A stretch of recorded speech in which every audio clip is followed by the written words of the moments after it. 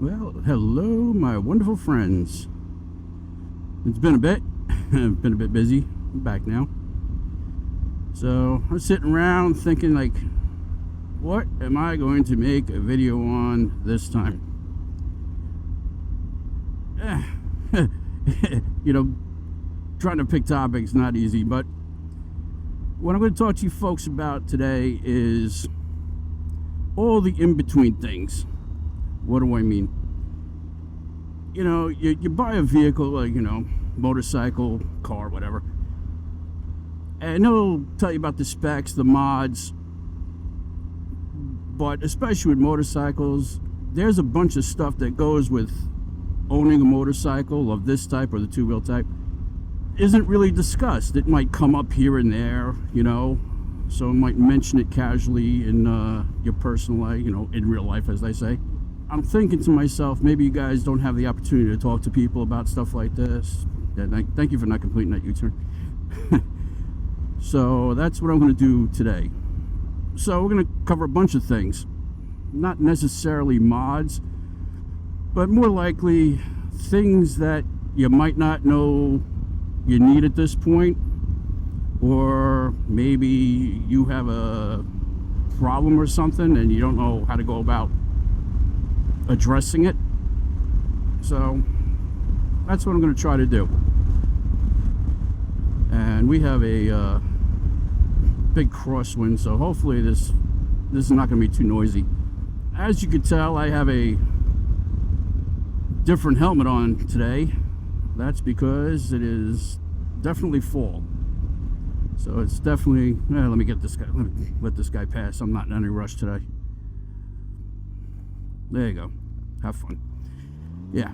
So it's definitely fall, and I live here in New York, and obviously you guys live in different areas. You know, let me know in the comments below, how fast does the seasons change if you live in a place that actually has seasons? Because like last week it was like 82 degrees out. Today it's 56, and as you can tell, it's sunny as heck. Where did that heat go? Not that I want it back. I actually like this weather. Yeah, so let me know down below, like, how fast do these seasons change on you? You know, because at this rate, it might be snowing in you know, next month. Okay, but back to the topic at hand. Here's the thing, and like I said, apply this to your own situation.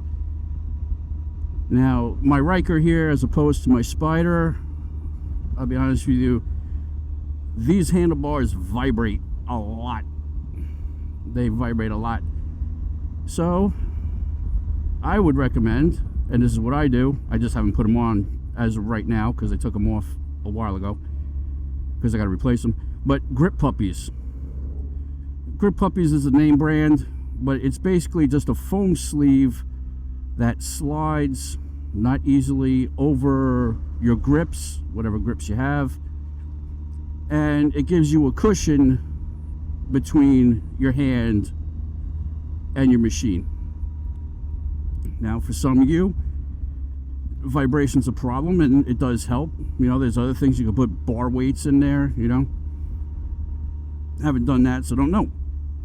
But I have used the Grip Puppies, and they're fairly effective of stopping the fatigue in your hands. Obviously, you know, the longer your trip, the more it's going to vibrate your hands, and the more fatigue you're going to get. Little short trips, you're probably not going to notice it. But then again, maybe you found that I would assume you have a larger hand, and you have to curl it around more because the grips are too small. In which case, the Grip Puppies actually do add a little bit of girth to the grips, so you don't have to clench your hand down as much. And they do work with they do work with the heated grips as well. All right, bear with me as I drive through this crap. This is yeah, this is the kind of stuff that'll bottom you out. Okay, so yeah, grip puppies. They're relatively inexpensive. There's knockoffs. You know, I prefer to stick with the ones. I do have them currently on my Spyder, and you can feel the heated grips through it. I rode a long time with foot pegs like I have on this one, and if you follow me for a while, I did a video where I tried to put the Can-Am floorboards on the Ryker, and they were too small. I didn't like it. Took them off and put the pegs back on. And I am currently in the market for new pegs. I had pegs on the Spyder, swapped those out. Hands down, one of the best mods I've done. And you might be comfortable with the pegs, but I'll be honest with you, once you switch over, you're not going to go back. And then also, speaking of pegs, if you do want to stick with them, something you might want to consider is your footwear should probably have a heel to it. Plant yourself on your vehicle here. If you have a heel, like I got on my boots right here, you just push that right up against the peg and it kind of locks your foot in place. So yeah. And then obviously over the years of that, you'll get used to where your foot should be in the grand scheme of things. They usually have a more rigid shank, which is a piece of metal or plastic that goes in between the heel and the toe, and it keeps the center from flexing too much, I find. So on a longer trip, it's, you know, just makes your foot more solid. Something to consider. Another thing is comm systems. You know, this is a flavor. Everyone has their own opinion on it. The thing is this, if you have a comm system, you don't have to turn it on. And this comes into one of those things. It's better to have it and not need it than need it and not have it. The only problem is there's only really two manufacturers, Senna and Cardo. And while they do talk to each other with Bluetooth, there's a whole procedure, and if you drop the communication between the two sets, you have to like almost physically reconnect it. Whereas both of their proprietary mesh systems, if you drop out, you can come right back on. It's automatic. I use the Senna 50S when I'm riding in the group. This one here has the Nolan one because I'm not riding in a group.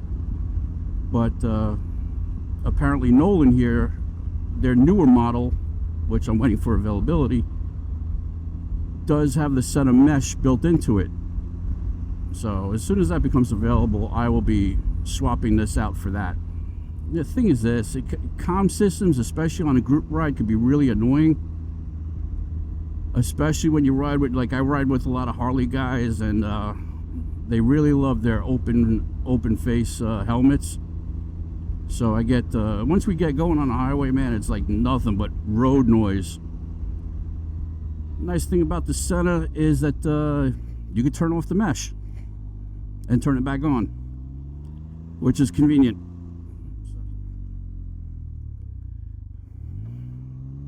Hello, ladies.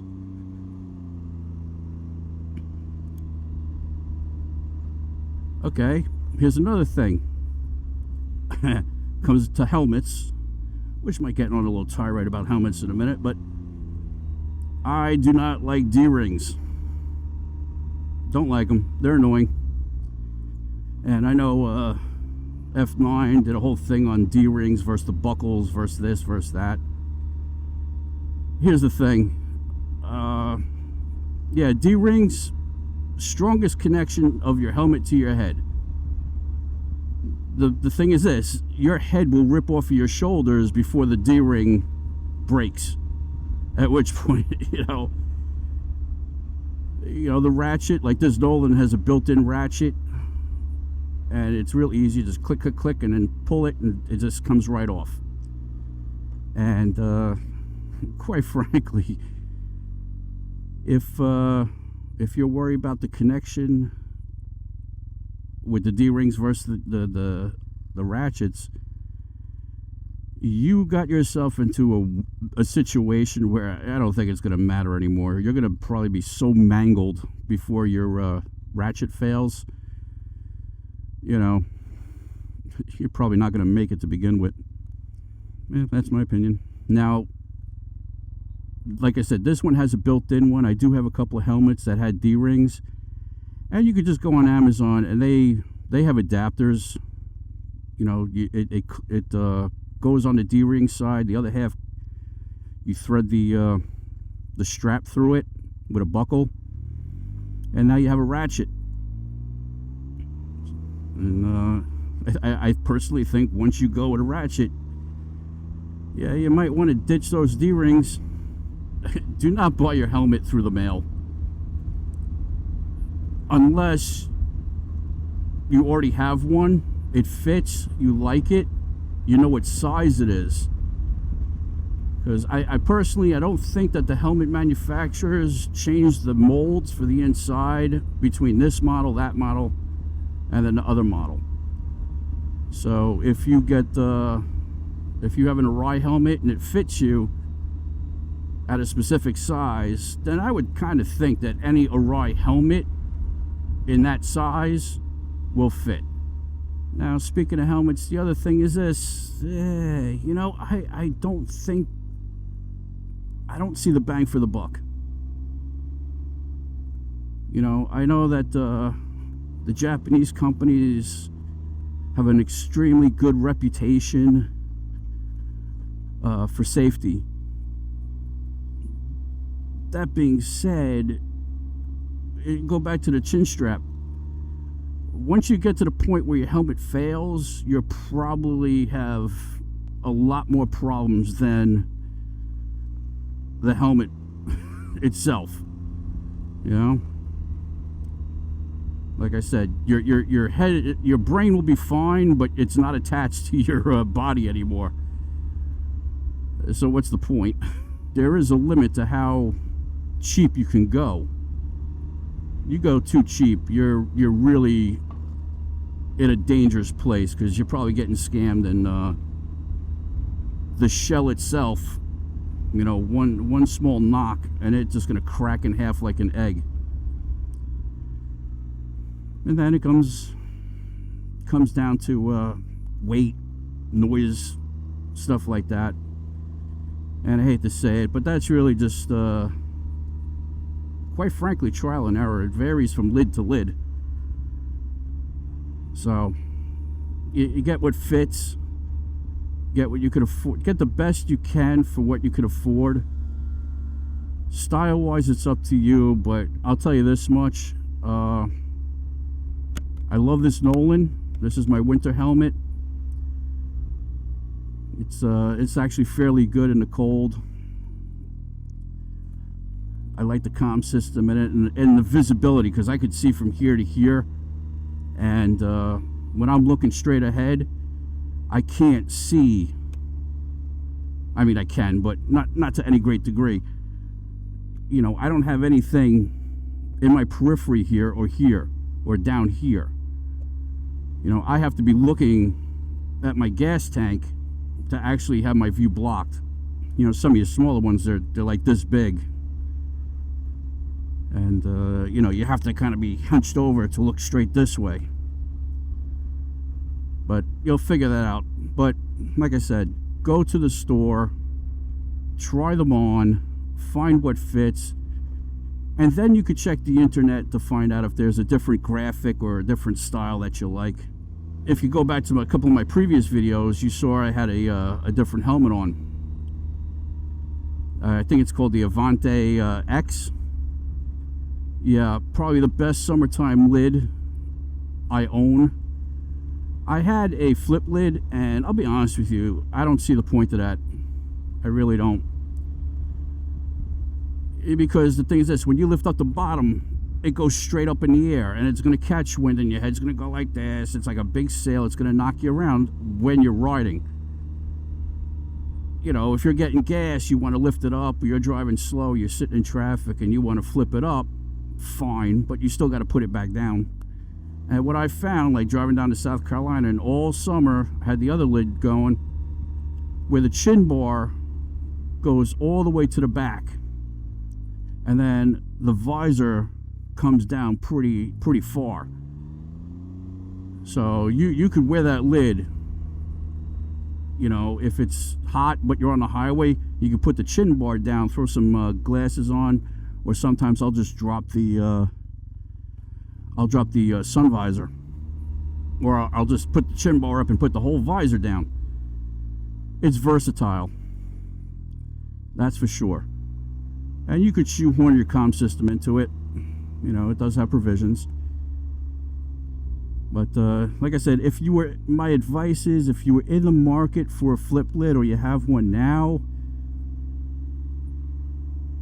I would switch it to the whole, I don't even know, excuse me, I don't even know what you would call it, but I would get one where you can flip the whole damn thing.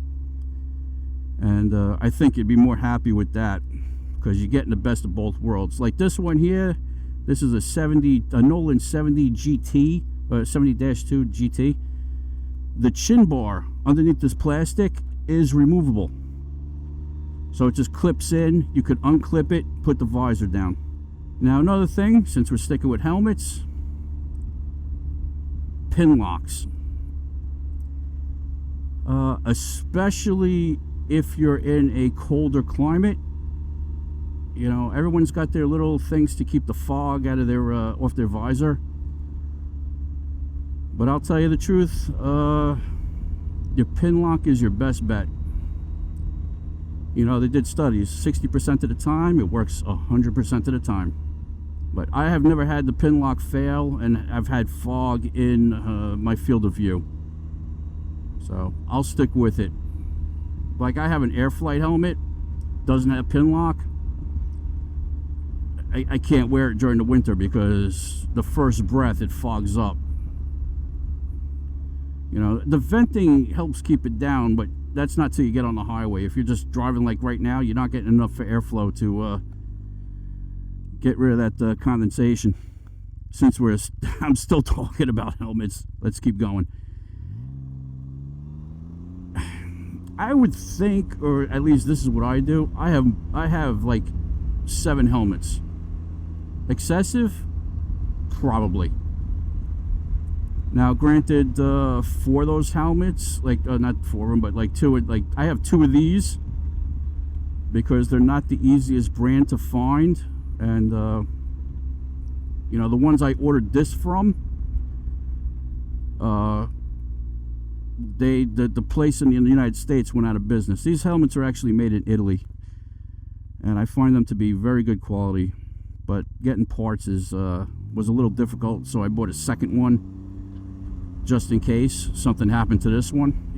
But I also have a really cheap one, which is technically only a half helmet, but that big, it's not like a skull cap, it's one of those goofy ones, you know, that are really thick.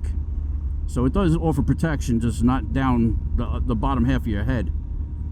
So I have 2 of those. One's black because it matches this bike, and the other one's liquid titanium because it matches my Spyder. They weren't that expensive, so that's why I have 2 of those. But like I said, you might want to consider getting different helmets for different types of riding and different seasonal conditions. You know, like if you're a possibility you're going to get caught out in the rain, I'll be honest with you, from experience, I'd rather be caught out in the rain with a full face helmet than a half helmet. But I would never use my Scorpion helmet if I was going on the highway. Because here's another thing to think about. Like I said, no judgments. You live your life, but just please think about it. The faster you go, the more risk you are incurring. And at that point, you should probably, the faster you go, the more gear you should have on, as a simple rule of thumb. All right? At this speed I'm going right now, which is only like 25 miles an hour, which is probably speeding for you. At 25 miles an hour, I'm not worried about road rash. How far am I going to skid down the road? Not that far. I'm sure it'll hurt. But what's going to get me here is getting hit by a car. That's it. And no jacket, no pair of pants, no boots is going to save your ass from getting hit by a 2,000-pound car going at any type of speed. You're going to get hurt, and your gear's not going to save you. Maybe your helmet, but that's about it. So, but when you're on the highway and you get hit by a car, or you have an interaction with that car, your body isn't going to stop instantly. So now you have to worry about road rash and tumbling down and all that other junk. And obviously, the less gear you have on, regardless of the speed, you should probably be even more cautious. Once again, that's your personal choice. Just some friendly advice. And now, speaking of gear, once again, it's going to cost you money. Nothing's free, and nothing I'm talking about right now is probably going to be free. So, have gear that's appropriate to your activity and the weather. Do what's appropriate. Like, if it's freezing cold out, you're not, if you have a summer jacket, that's not going to cut it in the wintertime, so you're going to have to get something else. Conversely, if you have an awesomely heavy winter jacket and now it's summer, what are you going to do? Go without? You have to buy what's appropriate. Okay? And you'll figure that out. That ain't complicated. But once again, a lot of these, it's really hard to judge what you're buying. I'm sorry. It might have the specs lie, because it's just like when they wrote the regulations, if one part of the gear passed, then the whole garment passed. So this thing might have great armor on the elbows, doesn't mean the whole jacket ain't gonna fall apart when you need it to stay in one piece. Just keep it in mind. That's when you have to trust the experts. I'll be honest with you, from what I see on YouTube, the best stuff, and I'm not even talking race suits, I'm just talking about everyday stuff, it costs a lot of money. Okay? And if you're going to go the leather route, like this is a leather jacket, this jacket is a hunk of shit. Okay? Number one, you could always tell with leather goods, I might be wrong, but I don't think so. All things considered, the heavier it is, the better it is. Okay?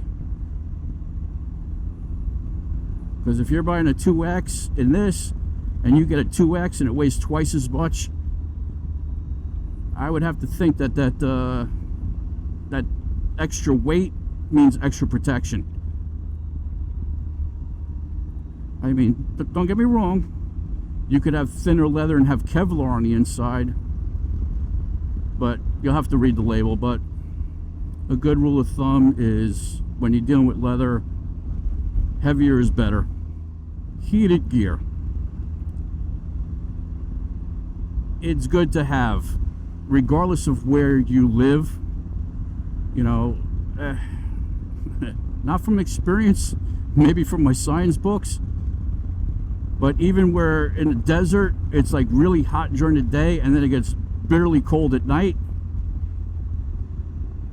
maybe that's where because a couple of days ago I had a meeting and I was not dressed appropriately enough, and I was cold going, and then when I left in the dark, I froze my ass off. I mean, it was 60 degrees, but I was on this thing, so I didn't have the windshield. Yeah, that was cold. Not numbingly cold, but cold. Whereas had I taken that light jacket, which is more like a shirt, and just put like a heated vest underneath it, it would have definitely taken the edge off. Now, speaking of heated gear, you don't have to stick with the motorcycle stuff, guys. Okay, you might be able to get a better deal, maybe in the hunting gear, maybe just the crap on Amazon, because your heated gear is an underlayer. It's not a protection layer. So it really shouldn't make a difference. Now that being said, hardwired heated gear versus battery powered. I'm not gonna lie. I think this really has to do with how long you're gonna be on your bike. If you're gonna go touring and you're gonna be on the road for hours on end, then I would go with wired gear. If you're just commuting, bippity boppiting, and it's a fallback in case you need it because the weather has changed, then I would go with battery. And the thing with battery stuff is you don't need to be tethered to your bike to use it. So if you got a shovel or you got to go walk the dog, you could use the same under jacket or vest to go walk your dog as you're doing your bike. So you don't have to buy 2 sets. And quite frankly, heated gear until the batteries run out is way better than layers. Okay, because like you get too hot, you turn it off. You get too cold, you turn it on. Layers, you have to stop. It's a pain in the ass. Now, I will say that try to go with a leather motorcycle specific glove if you're going the heated route. Okay, because my first pair was basically ski gloves, which, yeah, they first of all, they were fabric. They didn't retain the heat. Okay, so if you have heated snow gloves that you use for snowboarding or something, get leather ones. You know, if you're interested in what I'm rocking, not at this particular moment, but you know, put in the comments. I'll see if I could get you a link or something. Not that you know, I'm not sponsored by anybody, so I don't get any kickbacks. You're going to be paying full price, same as me. Yeah, so as far as heated gear, I would go with motorcycle specific gloves. The other stuff, mix and match, do what you got to do. If you can get 12 volt heated gear, battery powered, you're probably ahead of the game, because you could probably hardwire that 12 volt battery system into your bike. So you might be able to switch it later on. Which brings me up to the next thing, that you don't know you need it till you don't have it, is heated grips. Now, when I bought this is a 21 Ryker, there are no provisions for heated grips. So I had to go with aftermarket grips, which I don't want to jinx anything, and I don't know if you could see it, but the controls are actually on the grip itself. They're just hit it with my thumb. It's got like 5 settings, and it actually, the wires coming out of it were really thin, the power wires. So I just hooked it up to the accessory circuit up under the cowling over here, and it's been working fine. And they do get toasty. Of course, once you take your hand off the grip, they go ice cold. Now, I'll tell you this much. If you're going with an aftermarket, be very careful when you get to your throttle side. Do not force this onto your throttle tube. All right? You know, the throttle tube that connects to the control, especially on the Ryker, it's a minuscule piece of plastic. And if you push in this way too hard, you'll snap the internals like I did, and you can't buy the thing. You have to get the entire throttle, this whole end of the grip over here. So do not make the same mistake I did. Okay? And the best thing is to take the throttle tube out of the throttle and install the grip outside. Don't do it on the bike. That way you don't break the internals in here. do as I say, not as I do, because I've done it and I mess things up and it costs me a lot of money. Now on the Spyder, my model did not come with heated grips, but I had my shop install the OEM ones because that was an option on a higher model. They only have 2 settings, on and off, but believe it or not, it's enough. Another thing you might want to consider is changing the mirrors. And you know, the Spyders, man, that is, I don't know if you can do that, but you know, on the Rykers here, it's real easy. You could just, you know, just go on Amazon or whatever the hell you want to do, find ones that look nice, and you could put them in there. So that's an easy thing to change your style if you so choose to. All right, another thing is storage. This is especially true of the Ryker. There is not a lot of storage from the factory. All you got is the frunk. So my advice to you, if you don't have the sport model, which has the max mount, gotta tell you, man, it's one of the first mods you should do is put on the max mount. And then at least you have a place to mount stuff. Because while you can get away with a backpack, yeah, I'm sorry guys. I did the backpack thing for a while after I first got this. And now I got that little Link cube bag behind me. You know, once you get the little bag behind you, it makes it, like I said, it makes your life so much easier. Because you can be riding around and realize that you got to get milk. You need a gallon of milk for the family. You know, what are you going to do? Put it on your lap? But even though that bag behind me is really small, it will fill, it'll hold a gallon of milk. I've had like 2 liters of soda in there. You know, might not fit your MacBook Pro, but so be it. If you have the Spyder or the RT or the Ryker, get a tank protector. You know, it's just a little sticker that goes in front of your belly, sticks to your gas tank, and you know, it keeps you from scratching your tank up. I know this is plastic, but it still gets scratched. I said it before, if you have a Ryker, and I even do this on the Spyder, get one of those microfiber towels, you know, the small ones, and cover your gas nozzle. The last thing you want with a Ryker is to get gas on the plastic. I said this in a previous video. Why they made a motorcycle out of a plastic that could be attacked by gasoline is beyond me. I don't get that. No, the plastic should at least, it's plastic, I got that, it's fine. But your plastic should at least be gas resistant. And, you know, there's really no way to get that stain out. It's there. You could mask it, but it's always there. If you have a Ryker, invest in Back to Black.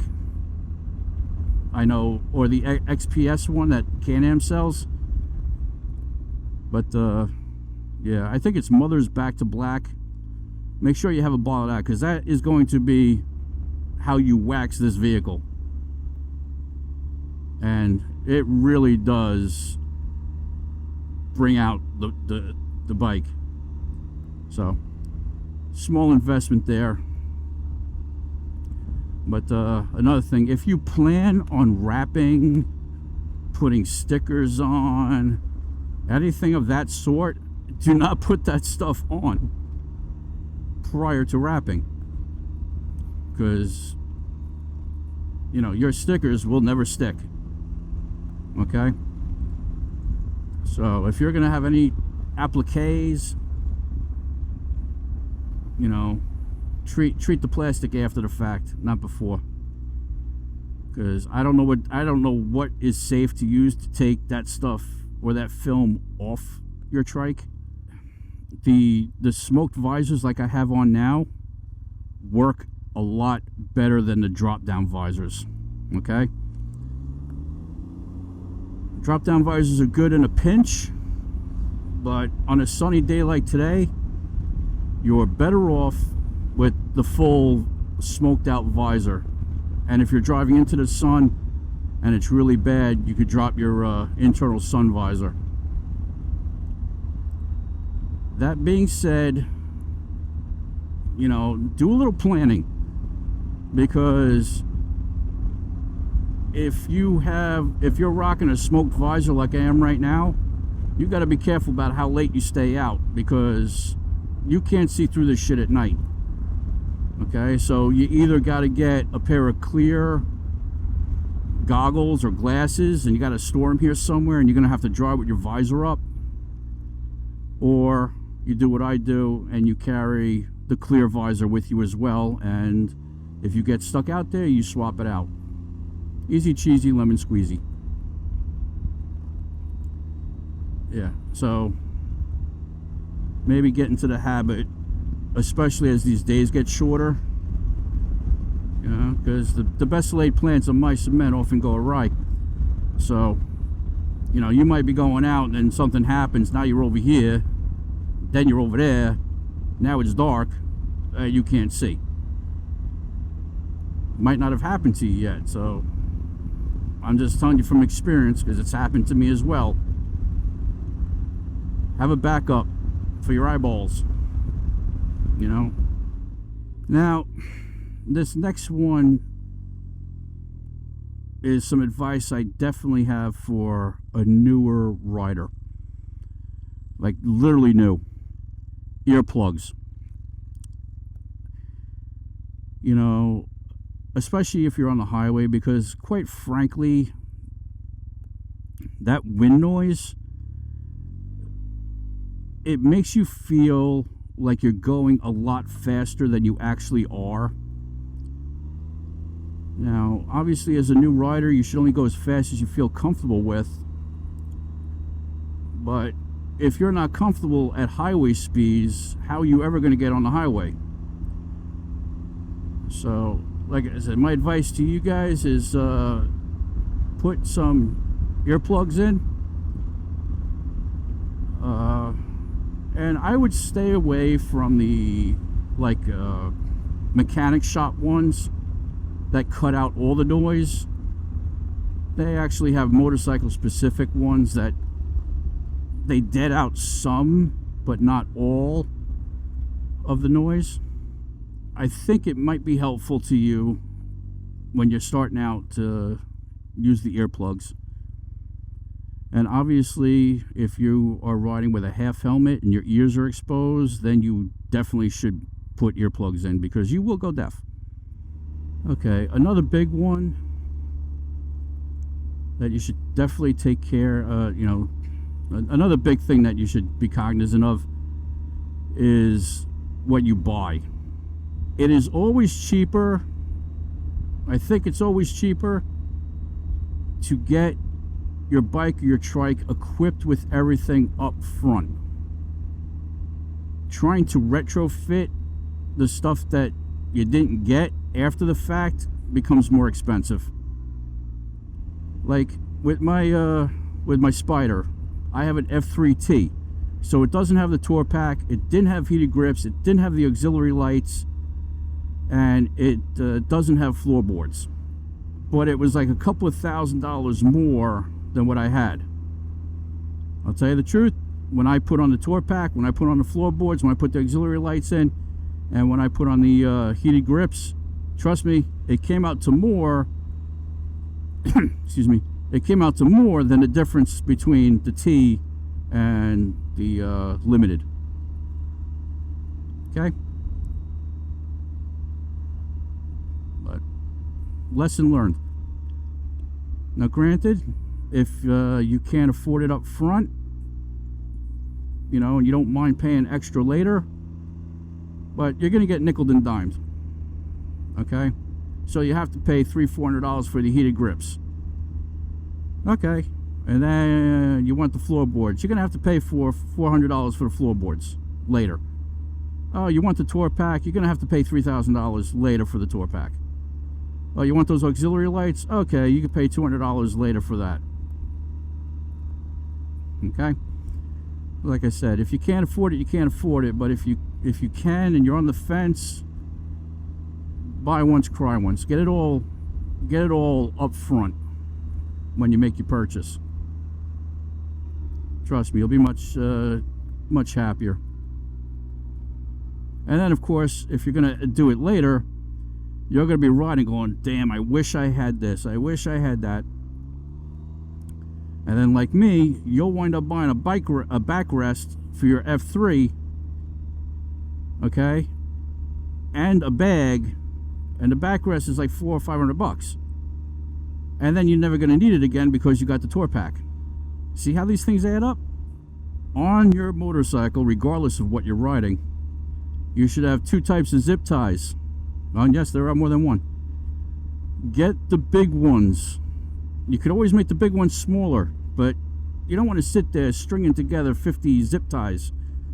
So get long ones, like 1.5 feet. Okay?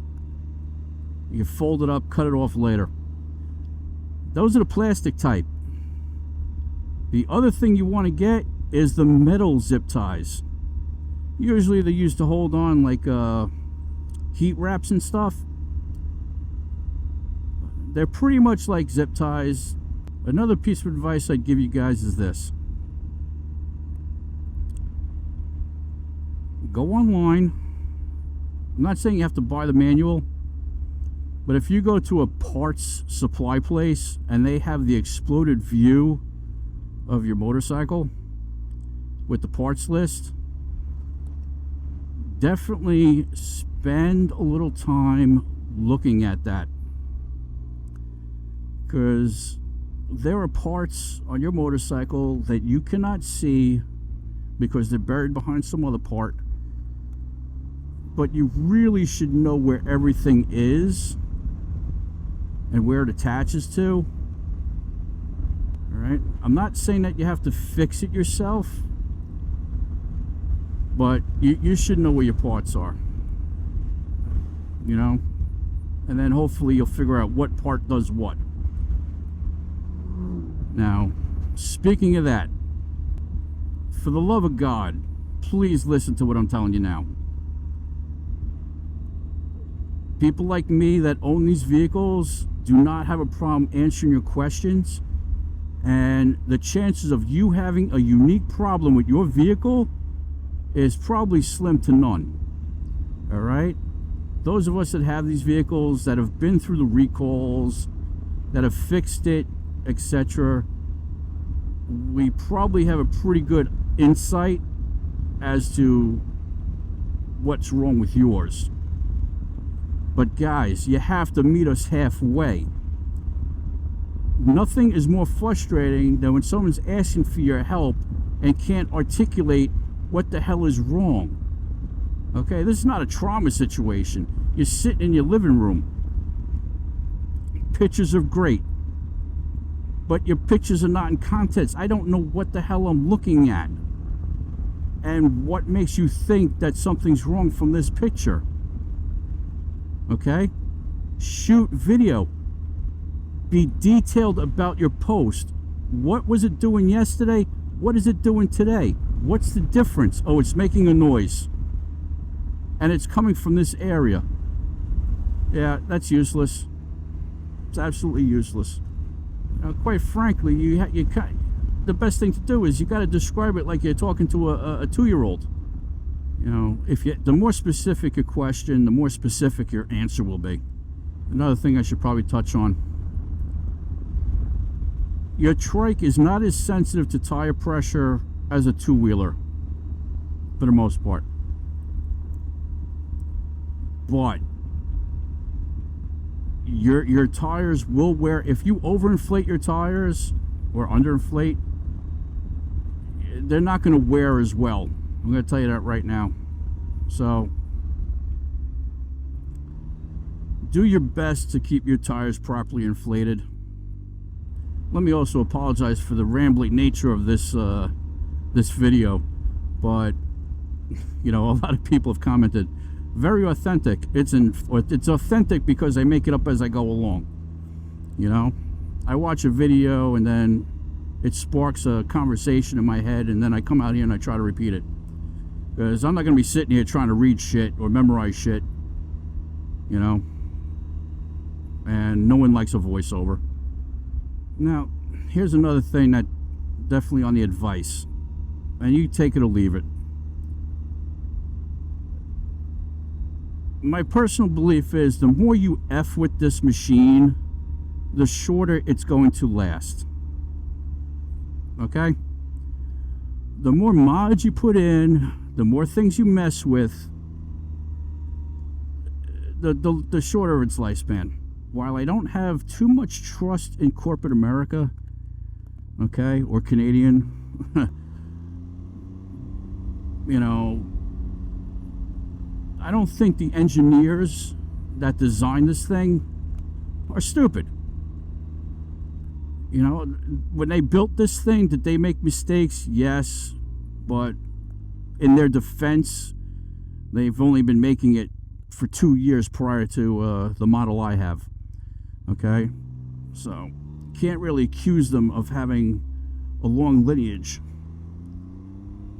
So, but like I said, I think the engineers tried to balance the performance and longevity. Okay, and there's another YouTuber that I follow, and he's got the clutch kit, and this and that, new belt, high performance belt, yada yada yada. There's a tune, but you roll the dice, because at the end of the day, he was loving the performance, which is why he did it, you know. And one of his gripes, and I could see where he's coming from, he's not wrong, is the lack of performance of the 900 engine. Okay, but what happened? His belt exploded, and it was a very low mileage belt, but it exploded. And you know, thank God he got it back together. Props to him. But once again, if you mess with it, you know, it's on you. Which is another thing. Don't forget that you know, all your parts are connected, whether or not you think they are. So yeah, you want more performance out of your engine, that's great, but that's also connected to the transmission. So if you're you know, that engineer that designed this thing, he slapped that transmission to that engine, they tested it, it didn't explode, and they sold it. But apparently it wasn't enough for you, and you upped it. And let's just say that probably the non-engine parts were not up to the task. And you know, when your parts fail, they usually fail at the worst possible time. And like I said, thank God this guy didn't get hurt, you know. Yeah, it's only a motorcycle, it could be replaced. Right. I've addressed performance parts. Let's go for vanity parts now. You know what, man, I understand we all want gizmos, and you know, some of us want lights and all this other junk, you know, and everyone understands it. You want to make your motorcycle your own little creation. You want to be unique. Understand that. But this is to everybody, because this is pretty much universal nowadays. What you have to understand is that these machines are not like they were. Okay? You know what? I think I'm going to go right. Yeah, these machines are not what they used to be as far as the electronics go. Okay? Back in the day, you know, you had an on-off switch. Maybe you had a starter button. That went to the solenoid. And that was your only wires other than your headlights and your brake lights and your turn signals. There was no other electronics. You probably didn't have a gas gauge. But now these things are littered with electronics. And the problem with the electronics is they have a thing called a CAN bus. CAN, whatever. Look it up. So what that basically means is that just about every doodad and gizmo on your motorcycle and your car talks to the computer. And it's not just the sensors nowadays. Like, it tells you that there's a problem with your headlights, your taillights, your blinkers. Somehow the computer knows everything about its systems, which is great. If there's a problem, it'll let you know. The problem with that is that system is very, very sensitive to the voltage. Okay? So when you start slapping lights on and speaker systems and all this other junk, you're rolling the dice about throwing codes. Okay? The stupid thing needs a certain voltage just to start. Okay? And unlike your car, if you have a Ryker, use this, I think it's a stator, whatever, it doesn't have an alternator. It basically provides enough voltage to keep the battery topped up, not necessarily charge it. And there's a difference. The Spyder does have an alternator. It's right there underneath the gas tank. You can see it if you look in. So it does have more juice than the Ryker does. Now you could say just upgrade the battery. I understand that. Excuse me. But the problem is that battery still needs to be charged. You know, and this thing doesn't really have the capacity to do it effectively. And if you're installing lights and this and that and the other junk, chances are you're getting cheap crap. Okay? It's the nature of the beast. I don't blame you. But those LED lights that you slapped on this thing, they send out glitchy current back into the system. That glitchy current, I just made that term up, but can throw codes. Okay? So you might spend your entire afternoon running all this double-sided tape and all these lights and stringing it all together, and then under certain circumstances you get a code and now you're in limp mode or whatever because you wanted flashy lights. I'm not telling you not to do it. Just ask yourself, is it worth it? Okay? And how close is your repair place? Because those codes, once you disconnect whatever you connected, excuse me, they might not clear. You might actually have to take it and get it cleared.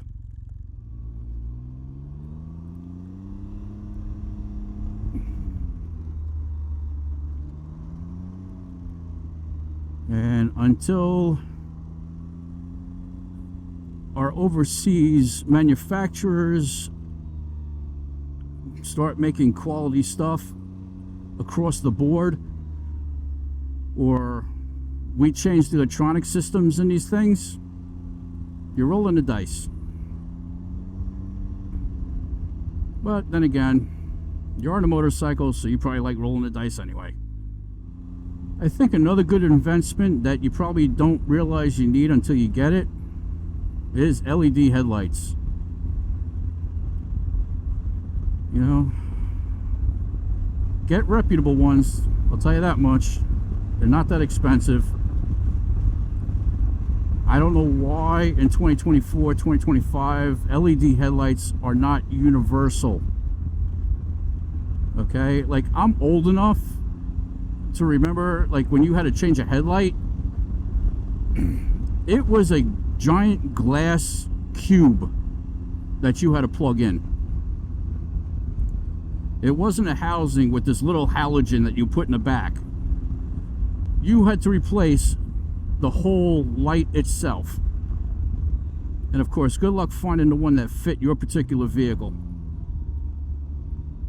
But just be careful when you install those, because they're very sensitive to how they're actually put into the housing.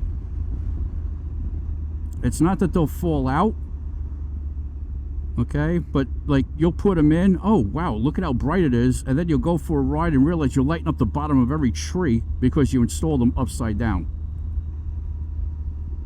Okay, so just be prepared for that. And here's advice, because listen, I did a lot of things before I had a YouTube channel, so I didn't get to film it as a guide for you guys.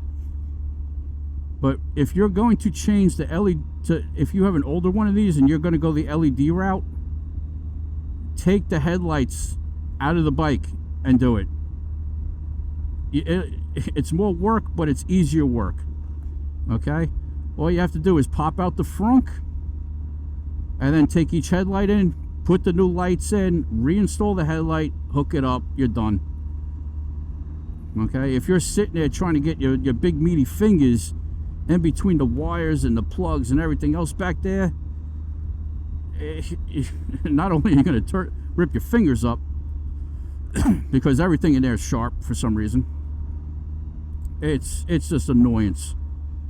Where for an extra 5 minutes of taking out like 6 screws, the whole housing would have come out, make your life easier. Like I said, take my advice. Okay, here's another one for Ryker owners. And once again, depends on where you live and what your temperatures are. Get the windshield. If you don't have the windshield and it gets cold, get the windshield. You'd actually be surprised how much the factory windshield will take the chill off your chest. It makes driving in the highway a lot easier too. As you can tell, I don't have the windshield on right now. Number one, because I haven't gotten around to it yet, because it's been like 80 degrees out. But maybe tomorrow I'm gonna pull this off and snap the windshield back on. There's a factory windshield. It's only got 4 bolts, and that's this little plastic spoiler piece of crap literally just clips on. All right, here's another thing. If you have an Easy Pass and you decide to mount it to your motorcycle, do yourself a favor, make sure it's tethered. I've lost like 2 of these already. All right, you can get like a little stick-on piece of plastic with a little piece of strong thread. You know, you can take your Easy Pass, you rotate, you twist it around so it's tight, and then stick it onto the Velcro. That way, if the Velcro fails and your Easy Pass goes ass over its tea kettle, you might have a second to grab it before it actually goes overboard on the highway, because it will go off on the highway. Okay, here's another thing you might not have thought about. Now, if you don't do your own maintenance, so you're not going to do your own oil changes, you're not going to install your own parts, etc., etc., get that done in the winter. I know it might sound counterintuitive,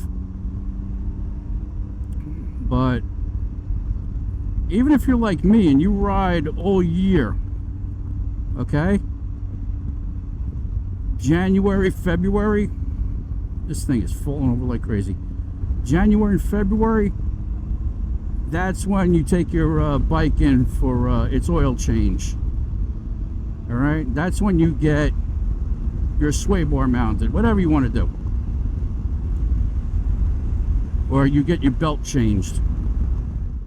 If you got any, if your bike or trike is going to get laid up for an extended period of time, do it in the winter. Because usually also your shop is probably a little bit less busy in the wintertime. The biggest thing is this also, do not get into pissing matches with cars. Okay? If they're coming into your lane, slow down, speed up, or get the hell out of the way. Okay? Don't hit your horn and be like, you're in my lane, yeah. They're moving into their lane because they're not paying attention. Okay? And if you do get their attention, you don't know how they're going to react, and they could actually be swinging into you faster. Okay? So don't get into pissing matches with cars. Okay? Get out of the way. Like, I think I'm out of ideas, guys. Sorry. I wish I had more. It's just, I'm not scripting anything, so I really don't know. But for you guys that are either new or just don't know about it, I'm just, like I said, just trying to throw as much crap your way as possible. And you guys could think about it, figure it out for yourselves. Okay? So, I'm going to call it quits. Thanks for watching. I know it's the end. You know, if you want to like, subscribe, appreciate it. And I gotta go home right now and find a topic for the next video. All right, and you know, I know your whole world hinges on my next video, so don't worry about it. I ride in the winter time, so we're not shutting down for the season. Unfortunately, I'm also not sponsored, so don't expect me any road trips to California on somebody else's dime either. So, ride safe, guys. I'll see you next time. Bye.